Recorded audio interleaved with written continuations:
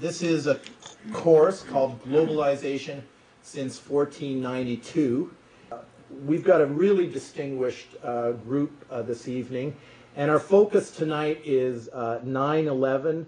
We came up with the title 9/11 in the Global Community. This is a course on Globalization Studies. 9/11 is obviously having a huge effect. A certain interpretation of 9/11 gives justification to the war on terror. It's resulted in invasions, a big invasion of Iraq, a NATO invasion of Afghanistan. We've seen major legislative changes in Canada, in the United States, of course, where the Patriot Act was passed.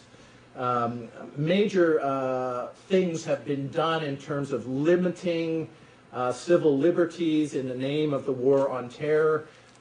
Major geopolitical transformations have taken place through the disposition of armed forces, especially in the Middle East, in the oil-rich areas. So this particular interpretation that we've been given of 9/11, that it was basically caused by Islamic fundamentalists with very extreme views who hate the West and hijacked planes in order to crash them into buildings and take revenge. It was said by the President of the United States that the reason for it is because they hate our freedoms. And some of us have been questioning that explanation. We're far from alone. It's a huge topic on the internet. So this is the framework. This establishes some of the underlying assumptions for what brings us here tonight. One very important theme was that the war on terror and the resulting commitment that we've been asked to make as governments, as peoples, mobilized in society towards the objective of fighting wars. This is occurring at a time, a crucial time in the history of humanity when we're facing a range of ecological, environmental crises on a scale that humanity hasn't dealt with before. But the topic that seemed to really catch our attention and arouse a lot of discussion and that we thought would be a good opening topic is the reality, the hard reality that discussing, investigating, talking about 9/11, especially in public venues, especially in university classes, for instance, including it in the curriculum, there does, I think I can go beyond saying seem to be, there is enormous taboos about this subject. It's made to seem that even addressing this subject and asking penetrating questions about this subject is a kind of taboo. So I think Professor Keefer, I'll ask you to lead off a discussion on 9/11 and taboos, and from there we might consider talking about specific institutions that I think have been in a way undermined, and I have in mind the academy, the journalistic community, especially the commercial media.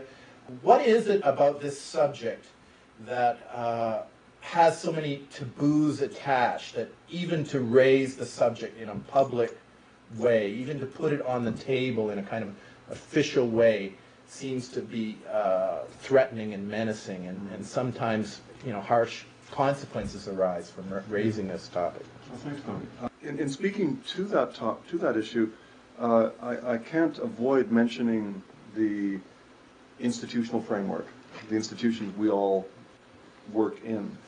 And I'm reminded, when thinking about matters of this kind, of a really penetrating statement made in the early 1980s by a very distinguished American psychologist, Robert J. Lifton.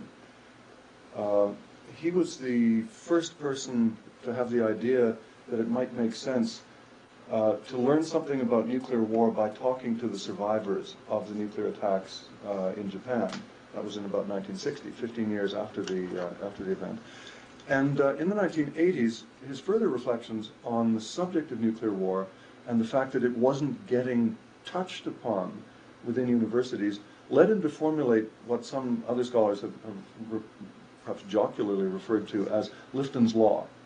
Lifton's Law being that there is an inverse correlation between the crucial importance of any given subject to human survival on this planet and the likelihood of its receiving serious study in universities. That's perhaps a cynical formulation, but and a slightly alarming one, but it does tell us that certain kinds of topics seem to be fairly systematically excluded from serious consideration in university. And 9/11 and the evidence relating to 9/11 is clearly one of those topics. The key reason for it being taboo, though, I think is more obviously a political one.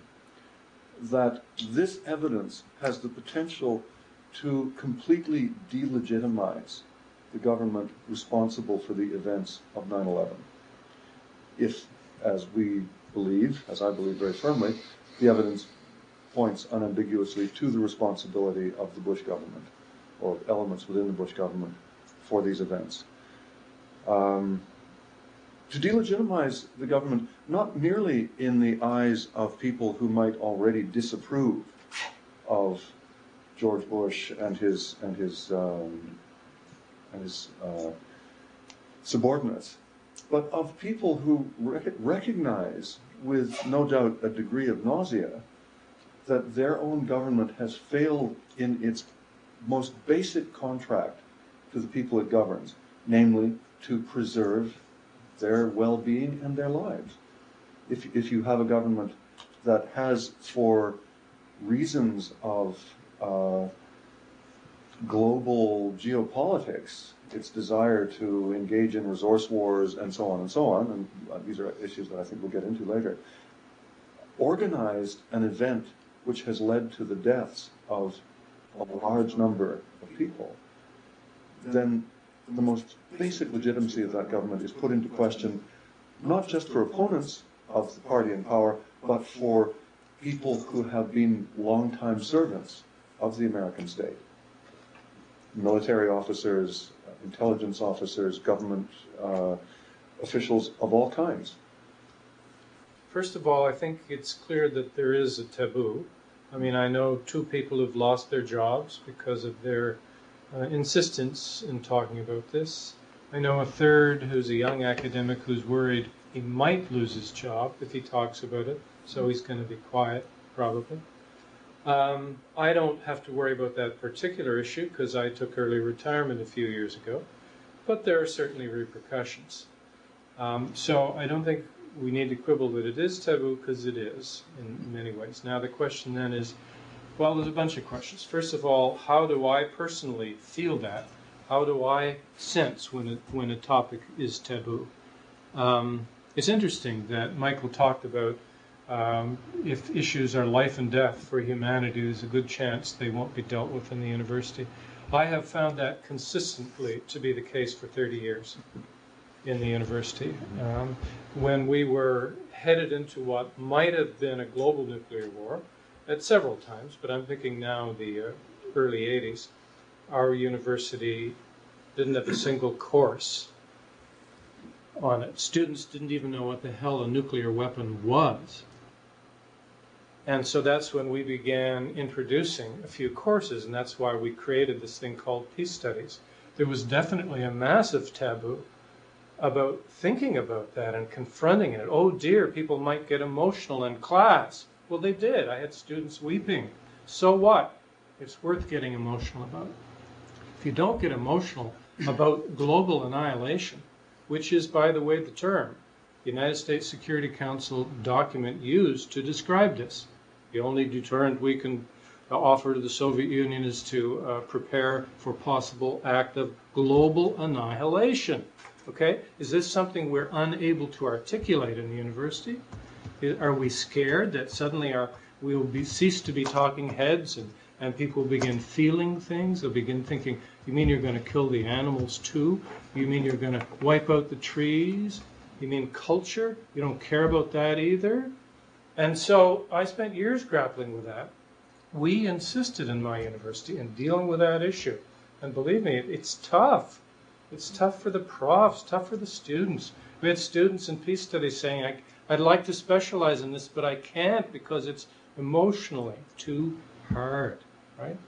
So one of the things about taboo topics, I think, is that they force us to engage our whole being, you know, our body, our heart, not just this little brain that so many people think is the only thing that belongs in the university. Universities don't seem to know how to cope with that. They get scared. And here's another case where I would say that my worry is not so much the agents and the paid people in the universities. Though they're there are some people who do that, who get paid to push particular political positions. But my worry is not them so much as the great majority of us who instead are passive and quiescent and timid and let such people get away with such things. I mean, we need to make the university what it could be and what in some countries it has been, which is a place where people have the courage to dissent and to think the taboo thoughts and to take action. In 1989, when the Civil War was raging in El Salvador, I went with a few people from Canada to spend a week or so at the campus of the University of El Salvador, which was literally surrounded by the military. And that's why we were invited to go there, to be a foreign presence, so that the government, in effect, would not invade and begin killing people as it had done previously. And I had all kinds of reactions and emotions, but the main thing I took away from that experience was that I was so inspired by the University of El Salvador, by its students, by its faculty members, by its staff members, by its janitors, by everybody who came together in a big, huge room the day we got there to talk about what they should do. Everybody. The microphone was handed around to everybody. The janitor talked. The president of the university talked. What should we do? We held a rally yesterday and we were fired upon. How do we respond to that as a community? And, you know, I was very moved by all this. And then I came back to Canada.